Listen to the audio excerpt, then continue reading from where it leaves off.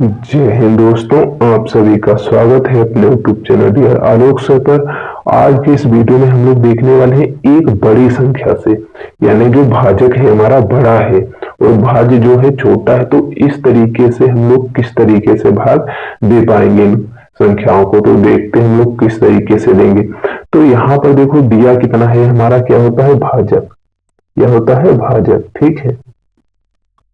ये हमारा क्या होता है, तो ये हमारा भाज्य होता है। क्या होता है, भाज्य होता है। ये इस तरीके का कहीं पर आपको क्वेश्चन दिखे तो क्या करना है, तो मैंने आप लोगों को पहले ही बता रखा है कि यदि भाजक से भाज्य छोटा दिखे, भाजक से भाज्य छोटा दिखे तो उसे जीरो बार ले जाना है। कितनी बार में, जीरो बार में ले जाना है, ठीक है। तो जीरो बार में जब हम ले जाएंगे यहाँ पर इसे, तो जीरो बार में ले जाना है, तो जीरो और 12 की गुणा कितनी हो जाएगी, जीरो हो जाएगी। गुणा क्यों है, जैसे हम 2 से भाग करें यहाँ पर 4 को, ठीक है। तो 2 दूनी कितना होता है, 4। देखो यहाँ पर इसकी गुणा हुई, 2 दूनी 4 यहाँ पर आ जाएगा, ठीक है। तो यहाँ पर क्या होती है, इन दोनों की गुणा हो जाती है। इसी तरीके से किसी संख्या से किसी भी संख्या की जीरो से किसी संख्या की गुणा करेंगे तो हमेशा दूसरी संख्या जीरो आने वाला। जैसे जीरो गुणे 5 करें तो जीरो आएगा, जीरो गुणे 8 करें तो जीरो आएगा, जीरो गुणे 100 करें तो जीरो आएगा। यानी जीरो से किसी संख्या की गुणा करें हमेशा क्या आने वाला है, जीरो ही आने वाला है, ठीक है। तो यहाँ पर जीरो आएगा, घटाएंगे तो 1 बचेगा हमारे पास, ठीक है। अब क्या करें, यहाँ दशमलव लगाए हम लोग, ठीक है। दशमलव लगाए क्योंकि अंक तो को उतार नहीं सकते, तो दशमलव के बाद हम लोग एक अंक उतार सकते हैं, हमने उतार लिया।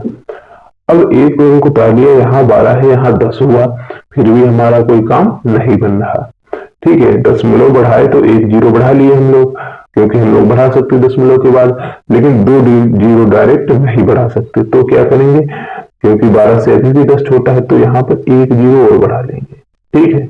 एक जीरो और बढ़ा लेंगे, एक जीरो जब बढ़ा लिया यहाँ पर, तो डायरेक्ट हमने 2 जीरो उतारे, तो एक जीरो हमें यहाँ पर बढ़ाना होगा, ठीक है। एक जीरो हमें बढ़ाना होगा, हमने बढ़ा लिया।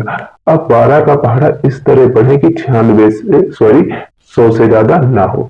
तो 12 अठी कितना होता है, 12 अठी कितना होता है, तो 96 होता है। और इसे हम लोग घटा भी सकते हैं, 100 से 96 जाएगा, 4 बचेगा। जैसे जीरो से घटा नहीं पाएंगे तो यहाँ से देखो कितनी आसान तरीके से मैंने इस तरीके के जो घटाना है आप लोगों को बता रखे हैं, ठीक है। जैसे देखो यहाँ से नहीं जाएगा तो यहाँ से दाही, तो यहाँ से दाही चलेगी, तो यहाँ कितना हो जाएगा हमारे पास 10, ठीक है। फिर यहाँ आएगा तो कितना हो जाएगा, यहाँ पर 10 एक दाही। अब यहाँ से एक यहाँ आ गया तो यहाँ कितना बचेगा, 9 बचेगा हमारे पास। यहाँ से एक चला गया था यहाँ, तो यहाँ पर कितना बचेगा, जीरो। तो 10 से 6 जाएगा, 4 बचेंगे। 9 से 9 जाएगा, कितना बचेगा, जीरो। जीरो तो ऊपर है ही, तो कितना आएगा हमारे पास, 4। तो 0 0 4 लिखेंगे हम, ठीक है। इतना लिखा हमने। अब उसके बाद क्या करते हैं हम लोग, दशमलव हमारा लगा हुआ है, तो जीरो हम लोग एक बढ़ा सकते हैं, ठीक है। एक ही जीरो बढ़ा सकते हैं। 12 का पहाड़ा इस तरह पढ़े कि 40 से ज्यादा ना हो। तो 12 एकम 12, 12 दूनी 24 और 12 तेह कितना होता है हमारा, 36, ठीक है।